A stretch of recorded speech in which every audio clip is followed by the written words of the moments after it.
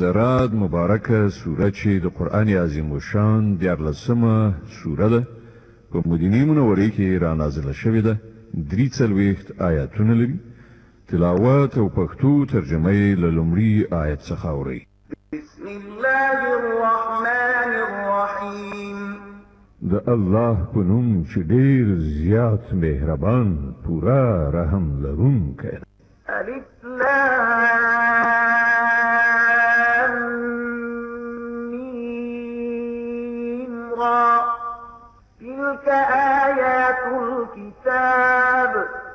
والذي أنزل إليك من ربك الحق ولكن أكثر الناس لا يؤمنون الف لام میم را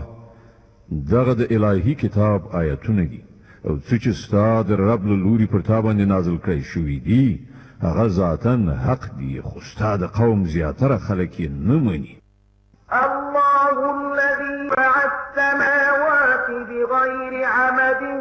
ترونها ثم استوى على العرش وسخر الشمس والقمر كل يجري لأجل مسمى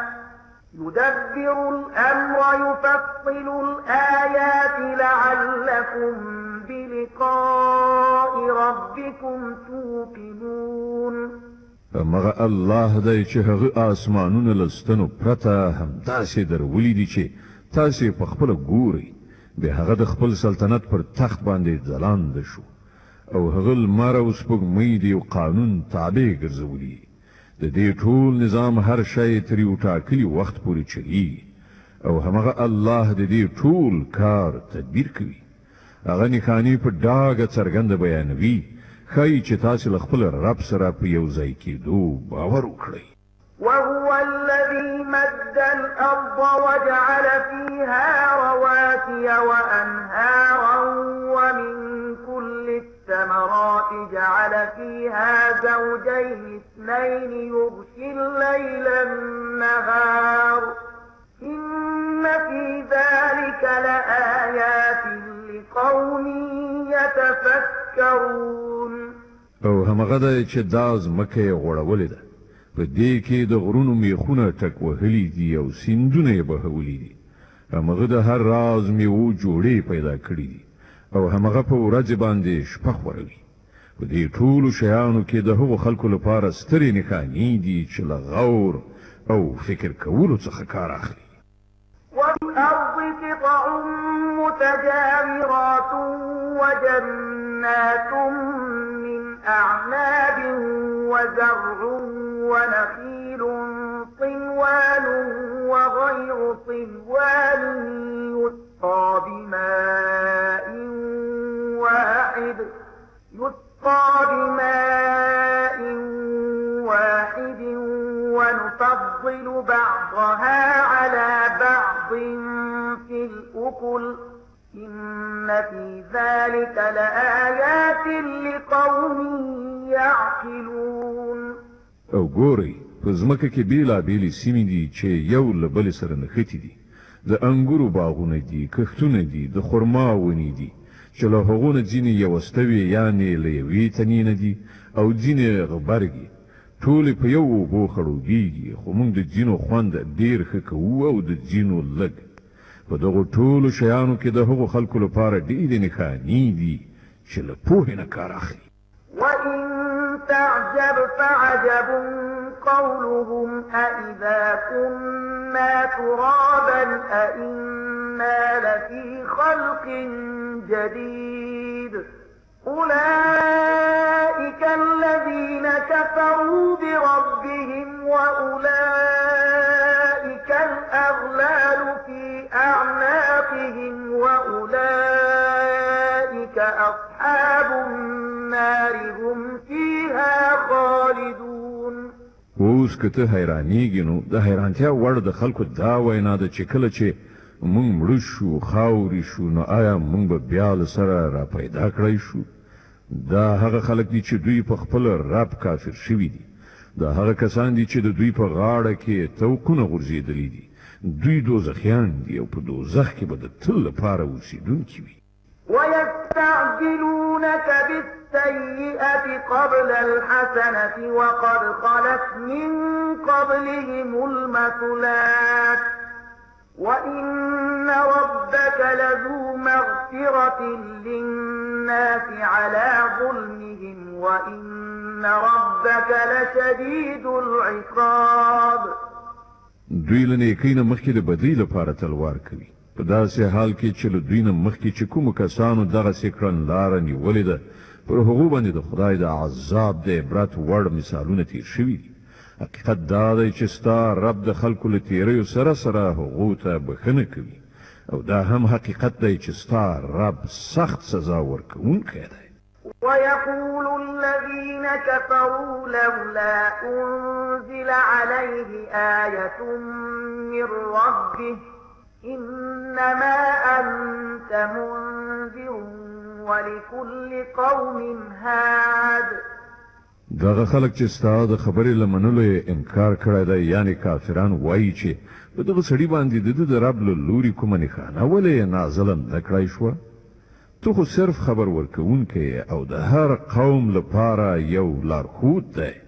الله يعلم ما تحمل كل أنثى وما تغيض الأرحام وما تزداد وكل شيء عنده بمقدار الله د هرې حاملې د ګیرې نه خبر دی څه چې په هغې کې جوړیږي په هغه باندې هم هغه پوهیږي او په هغه کې چې څه کمای یا زیاتوالی راځي له هغه څخه هم هغه باخبره دی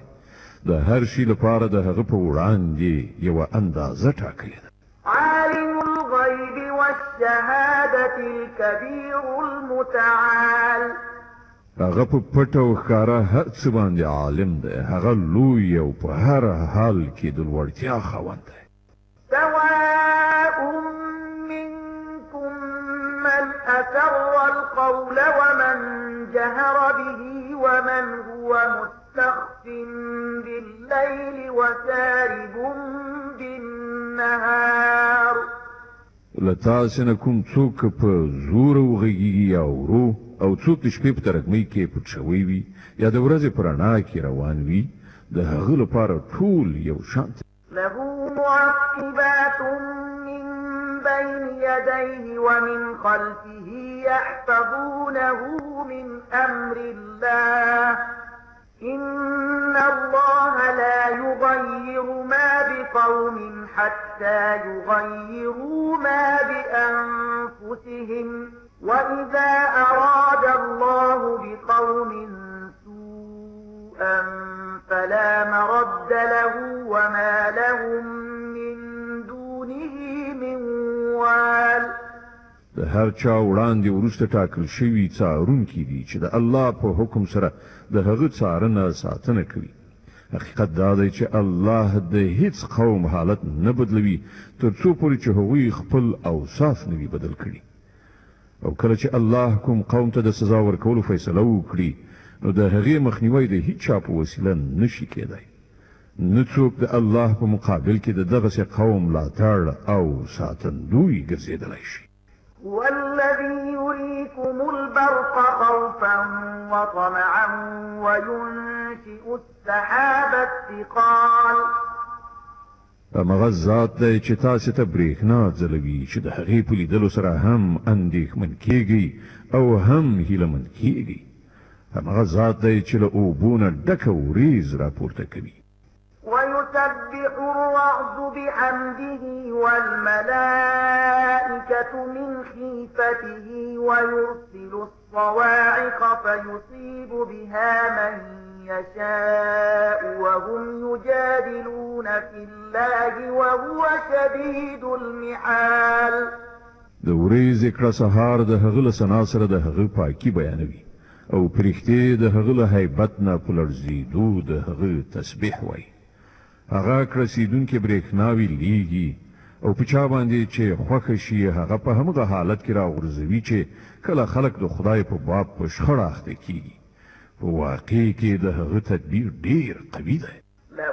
دعوة الحق والذين يدعون من دونه لا يستجيبون لهم بشيء إلا كباسط كفيه إلى الماء ليبلغ فاه وما هو ببالغه وما دعاء الكافرين إلا في ضلال. مغته بلنه ورکول حق دي. پاتې شوې هغه نورې هستۍ چې دوی ورته له هغه پرته بلنه ورکوي، هغوی د دوی د دعاګانو هیڅ ځواب نشي ورکولی. هغو ته بلنه ورکول خو داسې دي لکه څوک چې اوبو ته لاس اوږد کړي او ورنه وغواړي چې راشي زما خولې ته، په داسې حال کې چې اوبه هغه ته رسیدونکي نه دي. کټ مټ همدغه شان د کافرانو دعاګانې هم هیڅ شی نه دي مګر یو بې هدفه فیر دی. د دې آیت په اورېدلو سره یوه د تلاوت سجده واجبه کیږي. ولله يسجد من في السماوات والأرض طوعا وكرها وظلالهم بالغدو والآصال. هغه خو همدا الله دی چې هغه ته د ځمکې او اسمان هر شی که خوښ وي که ناخوښ سجده کوي، او د ټولو شیانو سیوري سهار او ماښام د هغه په وړاندې ټیټیږي. قل من رب السماوات والأرض قل الله قل أفاتخذتم من دونه أولياء لا يملكون لأنفسهم نفعا ولا ضرا قل هل يستوي الأعمى والبصير أم هل تستوي الظلمات والنور أم جعلوا لله شركاء خلقوا كخلقه فتشابه الخلق عليهم قل الله خالق كل شيء وهو الواحد القهار. له دوی نه پوښتنه وکړه د اسمانونو او ځمکې رب څوک دی؟ ووایه الله. بیا دوی ته ووایه چې کله چې حقیقت دا دی نو آیا تاسې له هغه پرته داسې معبودان خپل کار جوړونکي انګېرلي چې په خپله د خپل ځان لپاره هم د څه ګټې او زیان واک نه لري؟ ووایه آیا ړوند او سترګور یعنې بینا سره برابریږي؟ آیا رڼا او تیاره یو شان وي؟ او که داسې نه ده نو آیا د دوی انګېرلو شریکانو هم د الله غوندې څه شی پیدا کړي دي چې د هغه له امله د پیدا کولو موضوع پر دوی باندې د اشتباه وړ ګرځېدلې ده؟ ووایه د هر شي استونکی یوازې الله دی او هغه ایکي یو پر ټولو برلاس دی. أنزل من السماء ماء فسالت أودية بقدرها فاحتمل السيل زبدا رابيا ومما يوقدون عليه في النار ابتغاء حلية أو متاع زبد مثله كذلك يضرب الله الحق والباطل فأما الزبد فيذهب جفاء وأما ما ينفع الناس فيمكث في الأرض كذلك يضرب الله الأمثال. الله له اسمانه اوبو ورولې او هر لښتي ویالې د خپل ظرفیت په تناسب راواخیستې وبهېدل. بیا کله چې سیلاب راپورته شو نو په مخ باندې ځګ هم راغی او همدغسې ځګ پر هغو معدني جواهرو باندې هم راپورته کیږي چې خلک هغه د ګاڼې لوښو او نورو شیانو جوړولو لپاره ویلې کوي. په همدې مثال سره الله د حق او باطل موضوع روښانوي. کوم چې ځګ دی هغه بې ګټې له منځه ځي او کوم شی چې د انسانانو لپاره ګټور دی هغه په ځمکه کې پاتې کیږي. په دې ډول الله په مثالونو سره د خپلې خبرې ښوونه کوي. للذين استجابوا لربهم الحسنى والذين لم يستجيبوا له لو أن لهم ما في الأرض جميعا ومثله معه لافتدوا به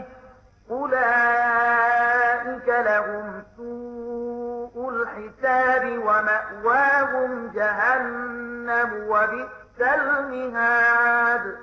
کوم کسانو چې د خپل رب بلنه ومنله د هغو لپاره ښېګڼه ده او چا چې هغه ونه منله هغوی که د ځمکې د ټولې شتمنۍ مالکان هم وي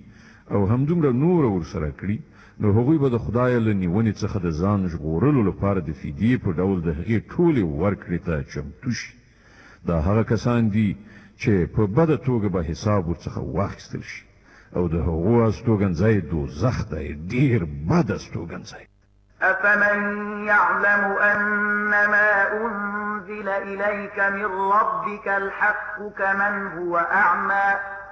إنما يتذكر أولو الألباب. خانو دا څنګه کېدای شي چې هغه څوک چې ستا د رب دغه کتاب چې هغه پر تا باندې نازل کړی دی حق پیژني او هغه څوک چې د دې حقیقت له پلوه ړوند دی دواړه یو شان شي. نصیحت خو هوښیاران خلک الذين يوفون بعهد الله ولا ينقضون الميثاق والذين يصلون ما أمر الله به أن يوصل ويخشون ربهم ويخافون سوء الحساب. او د هغو کړنلاره دا وي چې له الله سره خپله ژمنه پوره کوي، هغه له تړون نه وروسته نه ماتوي. د هغو چلند دا وي چې الله چې د کومو اړیکو ټینګولو حکم کړی دی هغه ټینګوي، له خپل رب نه ویریږي او د دې خبرې په اندېښنه کې وي چې نه چې چیرته له هغو څخه بد حساب واخیستل شي. والذين صبروا ابتغاء وجه ربهم وأقاموا الصلاة وأنفقوا مما رزقناهم سرا وعلانية ويدرؤون بالحسنة السيئة أولئك لهم عقبى الدار جنات عدن يدخلونها ومن صلح من آبائهم وأزواجهم وذرياتهم والملائكة يدخلون عليهم من كل باب سلام عليكم بما صبرتم فنعم عقبى الدار. د هغو دا حال وی چې د خپل رب د رضا لپاره له زغم نه کار اخلي، لمونځ قایموي، زمونږ له ورکړې روزۍ نه په پټه او ښکاره لګښت کوي او د بدۍ مخنیوی په نیکۍ سره کوي. د آخرت کور د همدغو خلکو لپاره دی، یعنې داسې باغونه چې د هغو همیشنی استوګنځی به وي. هغوی به پخپله هم پکې ننوځي او د هغو له پلرونو نیکونو او د هغو له مېرمنو او د هغو له اولادونو څخه چې هر څوک صالحان وي هغوی به هم له هغو سره هلته لاړ شي. ملایکې به له هرې خوا نه د هغو د هرکلي لپاره راشي او هغو ته به ووایي چې پر تاسې سلامتیا ده. څنګه چې تاسې په دنیا کې له صبر څخه کار واخیست د هغه په برکت نن تاسې د دې وړ ګرځېدلي یاست، نو څه ښه دی دغه د آخرت کور. والذين ينقضون عهد الله من بعد ميثاقه ويقطعون ما أمر الله به أن يوصل ويفسدون في الأرض أولئك لهم اللعنة ولهم سوء الدار. پاتې شول هغه خلک چې د الله ژمنه له کلک تړون نه وروسته ماتوي او هغه اړیکې غوڅوي چې الله د هغو د پیوندولو حکم کړی دی او په ځمکه کې فساد خوروي، هغوی د لعنت وړ دي او د هغو لپاره په آخرت کې ډېر بد استوګنځی دی. الله يبسط الرزق لمن يشاء ويقدر وفرحوا بالحياة الدنيا وما الحياة الدنيا في الآخرة إلا متاع. چاته چې د الله خوښه شي پراخه روزي وربخي او چاته چې خوښه شي لنډه تنګه روزي ورکوي. دا خلک په دنیوي ژوندانه کې خوشحاله دي، په داسې حال کې چې د آخرت په مقابل کې د دنیا ژوند له ناچیزې متانه پرته نور هیڅ نه دی. ويقول الذين كفروا لولا أنزل عليه آية من ربه قل إن الله يضل من يشاء ويهدي إليه من أناب. دغه کسان چې د محمدي رسالت له منلو نه یې انکار کړی دی وایي پر دغه سړي باندې د ده د رب له لوري کومه نښانه ولې نازله نه شوه. ووایه د الله چې چاته خوښه شي ګمراه کوي او هغه خپل لوري ته د ورتګ لاره همغه چاته ښیي چې هغه لوري ته ور وګرځي. الذين آمنوا وتطمئن قلوبهم بذكر الله ألا بذكر الله تطمئن القلوب. همدغسې خلک دي هغه کسان چې هغو د دې پیغمبر بلنه منلې ده او د هغو زړونو ته د الله په یاد سره ډاډینه ور په برخه کیږي. خبردار اوسئ همدغه د الله یاد هغه شی دی چې په هغه سره زړونو ته ډاډینه ور په برخه کیږي. الذين آمنوا وعملوا الصالحات طوبى لهم وحسن مآب. نو کوم کسانو چې د حق بلنه ومنله او ښه عملونه یې سرته ورسول هغوی نیک مرغه دي او د ښه عاقبت خاوندان دي. كذلك أرسلناك في أمة قد خلت من قبلها لتتلو عليهم الذي أوحينا إليك وهم يكفرون بالرحمن قل هو ربي لا إله إلا هو عليه توكلت وإليه متاب. اے محمد صلی الله علیه وسلم په همدې شان سره مونږ ته په یو داسې قوم کې د پیغمبر په حیث لیږلی چې له دوی نه مخکې ډېر قومونه تیر شوي دي تر څو چې ته دوی ته هغه پیغام واوروي چې مونږ پر تا باندې نازل کړی دی په داسې حال کې چې دوی په خپل مهربان خدای باندې کافران شوي دي. دوی ته ووایه چې هماغه ذات زما رب دی له هغه پرته بل هیڅ معبود نشته پر همغه باندې ما توکل کړی دی او هماغه زما د ورګرځېدو مرجع ده. ولو أن قرآنا سيرت به الجبال أو قطعت به الأرض أو كلم به الموتى بل لله الأمر جميعا أفلم ييأس الذين آمنوا أن لو يشاء الله لهدى الناس جميعا ولا يزال الذين كفروا تصيبهم بما صنعوا قارعة أو تحل قريبا من دارهم حتى يأتي وعد الله إن الله لا يخلف الميعاد. او څه به شوي وو که کوم داسې قرآن نازل کړی شوی وای چې د هغه په زور سره غرونه خوځېدلي وای یا ځمکه څیرې شوې وای یا مړي له قبرو څخه راوتلي غږېدلي وای. د دغه ډول معجزو ښودل څه ګران نه دي بلکې ټوله واکمني یوازې د الله په لاس کې ده. نو آیا مؤمنان تر اوسه پورې د کافرانو د غوښتنې په ځواب کې د کومې معجزې راتګ ته په تمن ناست دي او په دې پوهېدلو سره ناامید شوي نه دي چې که الله غوښتي وای نو ټولو انسانانو ته به یې هدایت کړی. کوم کسانو چې له خدای سره د کفر چلند غوره کړی دی پر هغو باندې د هغو د کړو وړو له امله یو نه یو آفت را پرېوتی دی یا د هغو کورو ته نږدې چیرته نازلېږي. دا لړۍ به تر هغه پورې روانه وي چې پر هغو باندې د الله وعده ترسره شي. دا باوري ده چې الله له خپلې وعدې نه مخالفت نه کوي. ولقد استهزئ برسل من قبلك فأمليت للذين كفروا ثم أخذتهم فكيف كان عقاب. لتانه مخکې هم په ډیرو پیغمبرانو ملنډې وهل شوي دي خو ما تل منکرانو ته مهلت ورکړی دی او په پای کې مې هغوی نیولي دي. نو وګوره چې زما سزا څومره سخته. أفمن هو قائم على كل نفس بما كسبت وجعلوا لله شركاء قل سموهم أم تنبئونه بما لا يعلم في الأرض أم بظاهر من القول بل زين للذين كفروا مكرهم وصدوا عن السبيل ومن يضلل الله فما له من هاد. نو آیا هغه ذات چې د هر تنفس کوونکی ګټلې یعنی هغه څه چې کړي دي تر نظر لاندې دي د هغه په مقابل کې دا سپیسترګي کیږي چې خلکو له هغه سره شریکان نیولي دي؟ ای پیغمبره دوی ته ووایه که هغوی په رښتیا سره د خدای خپل ټاکلي برخوال وي نو تاسې نومونه واخلئ چې هغوی څوک دي. تاسې الله په یوې داسې نوې خبرې خبروئ چې هغه ترې په خپله ځمکه کې ناخبره دی یا څه چې ستاسې په خوله راځي هغه وایي؟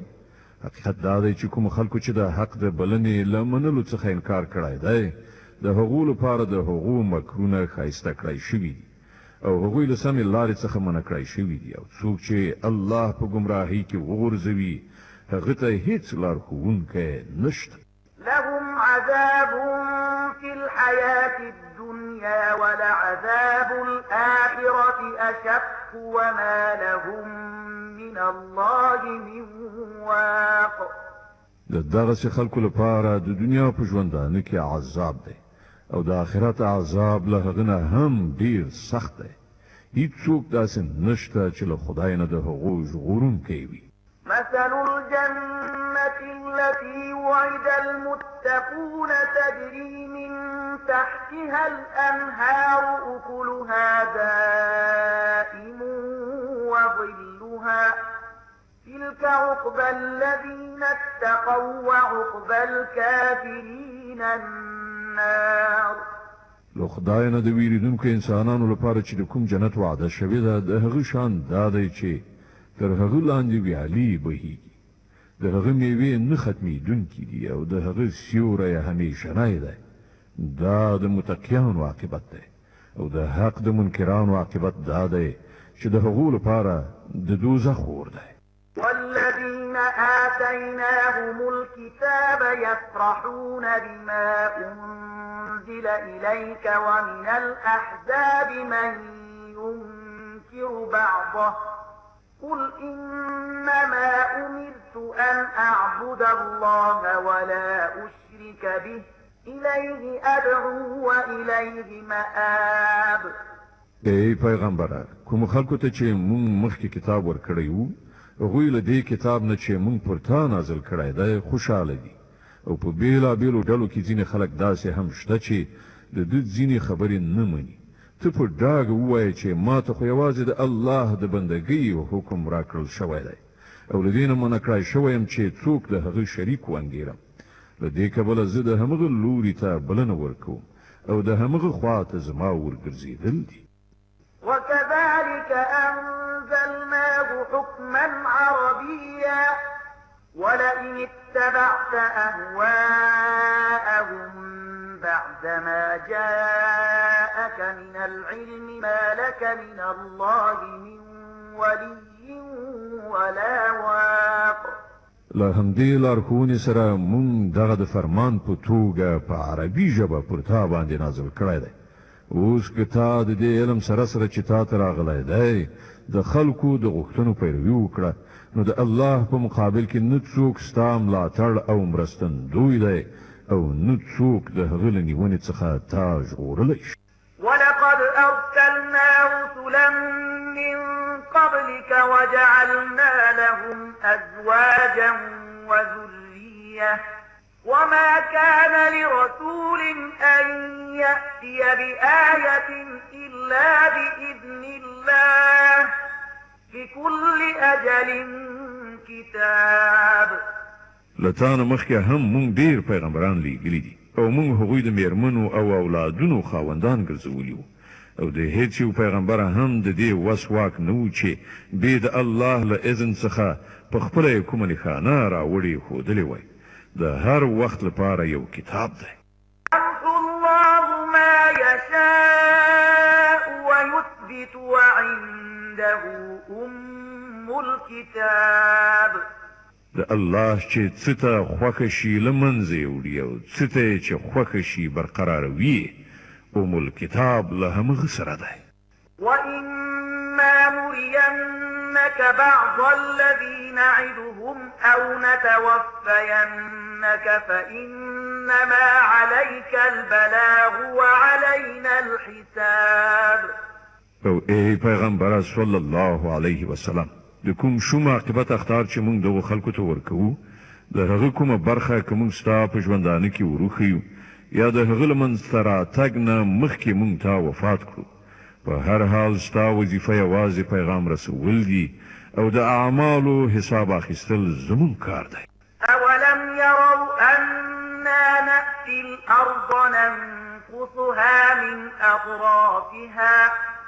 والله يحكم لا معقب لحكمه وهو سريع الحساب. آیا دغه خلک نه ګوري چې موږ په دغه سیمې را روان یو او د هغې دایره له هرې خوا راتنګوو؟ الله حکومت کوي، هیڅوک د هغه په فیصلو باندې تجدید نظر کوونکی نشته او د هغه په حساب اخیستلو کې څه ځنډ نه راځي. وقد مكر الذين من قبلهم فلله المكر جميعا يعلم ما تكسب كل نفس وسيعلم الكفار لمن عقبى الدار. نو دوی نه مخکې چې کوم خلک تیر شوي دي هغوی هم غټ غټ چلونه چلولی دي، خو اصلي فیصله کوونکی چل په ټوله معنا یوازې د الله په لاس کې دی. هغه پوهیږي چې څوک څه ګټي او دغه د حق منکران به ډیر ژر وګوري چې عاقبت د چا په ګټه تمامیږي. ويقول الذين كفروا لست مرسلا قل كفى بالله شهيدا بيني وبينكم ومن عنده علم الكتاب.